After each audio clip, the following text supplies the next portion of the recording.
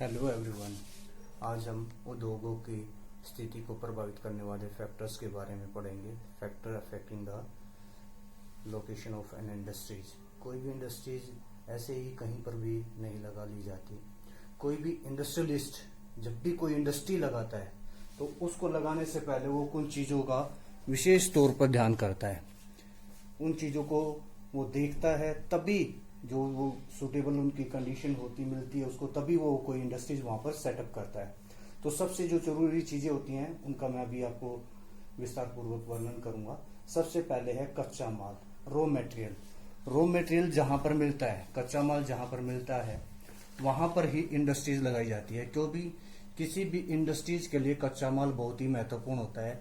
अगर कच्चा माल उसको नहीं मिलेगा तो या फिर उसको दूर से लेके आना पड़ेगा तो उससे उसकी परिवहन लागत बढ़ जाएगी, जिसकी वजह से उसे नुकसान होगा। इसलिए उद्योगपति ध्यान रखता है कि वो रॉ मटेरियल के इलाकों में ही अपनी इंडस्ट्रीज लगाता है। और कुछ उद्योग तो विशेष तौर पर ऐसे जगह पर लगाए जाते हैं जहां पर रॉ मटेरियल मिलता है, जैसे शुगर इंडस्ट्रीज या iron and steel industries. Sugar industries में आपको पता है जो रॉ मटेरियल वो आपका शुगर केन है।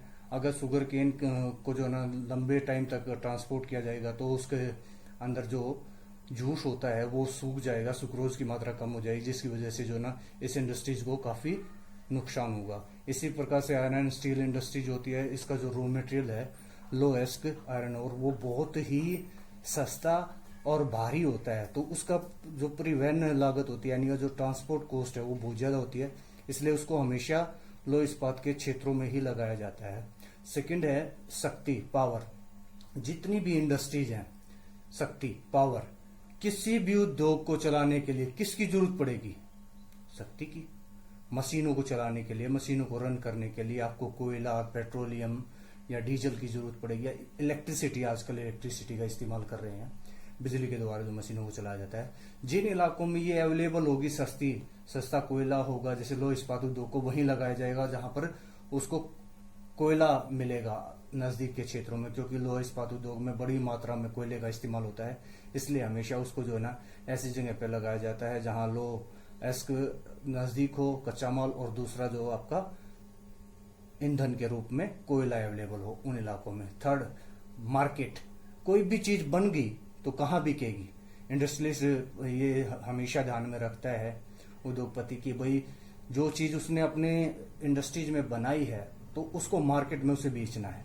तो उसके आसपास बड़ी मार्केट है या नहीं है, उस मार्केट का होना उसके लिए बहुत जरूरी है। क्योंकि जितना जल्दी वो अपनी चीजों को बेच पाएगा उसको पैसा मिलेगा और आगे वो प्रोडक्शन में उस पैसे को लगा पाएगा। इसलिए जो है ना मार्केट का बड़ा होना, नजदीक होना बहुत ही जरूरी है। तो वो हमेशा ऐसी जगह सर्च करता है जहां पर बड़ी मार्केट हो, उन इलाकों में वो इंडस्ट्रीज को सेटअप करता है। नेक्स्ट है परिवहन और संचार के साधन। परिवहन, ट्रांसपोर्ट एंड कम्युनिकेशन, ये किसी भी इंडस्ट्रीज के लिए जो ना रीढ़ का काम करते हैं। जहां देखिए, चाहे रॉ मटेरियल को लाना हो या फिर जो मैन्युफैक्चर्ड गुड्स है उसको मार्केट तक पहुंचाना हो, उसके लिए आपको ट्रांसपोर्ट्स के साधनों की जो ना जरूरत पड़ेगी, परिवहन के साधनों की जरूरत पड़ेगी। परिवहन के साधन अगर नहीं होंगे तो ऐसी स्थिति में किसी भी इंडस्ट्रियलिस्ट के लिए, किसी भी उद्योगपति के लिए जो ना किसी इंडस्ट्रीज को चलाना मुश्किल हो जाएगा। और उसका जो सारा लेन देन होता है, ऑर्डर होते हैं, वो भी सारे कम्युनिकेशन के साधनों की मदद से ही होते हैं। इसलिए कम्युनिकेशन और ट्रांसपोर्ट किसी भी इंडस्ट्रीज के लिए बहुत ही जरूरी होता है। नेक्स्ट है श्रम या श्रमिक, लेबर। जिन इलाकों में सस्ते श्रमिक, कुशल श्रमिक मिल जाते हैं, इंडस्ट्रीज वहां पर लगाई जाती हैं। जहां पर श्रमिक कुशल नहीं होते या वो उनकी मात्रा में कम होते, संख्या में कम होते हैं, तो ऐसे इलाकों में कभी भी उद्योगपति इंडस्ट्रीज नहीं लगाता है। नेक्स्ट है पूंजी एवं बैंकिंग। पूंजी, कैपिटल जो है, पूंजी पैसा जो है वो किसी भी इंडस्ट्रीज के लिए ऑक्सीजन का काम करता है। जिस प्रकार से कोई मनुष्य है बिना ऑक्सीजन के जीवित नहीं रह सकता, उसी प्रकार कोई भी इंडस्ट्रीज बिना पूंजी के जीवित नहीं रह सकती। क्योंकि सारे काम करने के लिए, चाहे कच्चा माल मंगवाने के लिए या फिर जो ना वर्करों को पैसा देना पड़ता है काम के बदले में, या शक्ति के साधन मंगवाने के लिए, सब चीजों के लिए जो ना मशीनों के लिए, पूरी इंडस्ट्रीज को सेटअप करने के लिए, सब चीजों के लिए जो ना पैसे की जरूरत पड़ती है। अगर पूंजी नहीं होगी तो कोई भी इंडस्ट्रीज एक दिन भी नहीं चल सकती। तो कैपिटल इज अ बेसिक चीज है, जो बहुत ही जरूरी चीज है। ये ऑक्सीजन का काम करती है। जैसे शरीर में ऑक्सीजन बहुत जरूरी है, उसी प्रकार से पूंजी जो है वो किसी भी उद्योग के लिए जरूरी है। नेक्स्ट आपके ऐतिहासिक कारक है, हिस्टोरिकल फैक्टर। प्राचीन काल में जो इंडस्ट्री जहां पर लगी उसके आसपास के इलाके में भी बहुत सारी इंडस्ट्री सेटअप होगी, क्योंकि वो शुरुआत में जहां पर लगी थी उसके आसपास वो शुरुआती जो उसको लाभ मिला, उसी के कारण जो ना बहुत सारी इंडस्ट्रीज उसी के आसपास उसी हब में इस्टेब्लिश होगी। ये हिस्टोरिकल फैक्टर है। नेक्स्ट है आपका लास्ट जो है औद्योगिक नीति, इंडस्ट्रियल पॉलिसी। यानी जो उद्योगपतियों के लिए कुछ सरकार नीतियां बनाती है, आप इसको सरकारी नीति भी कह सकते हो। गवर्नमेंट कोशिश करती है कि ऐसे इलाके जहां पर इंडस्ट्रीज नहीं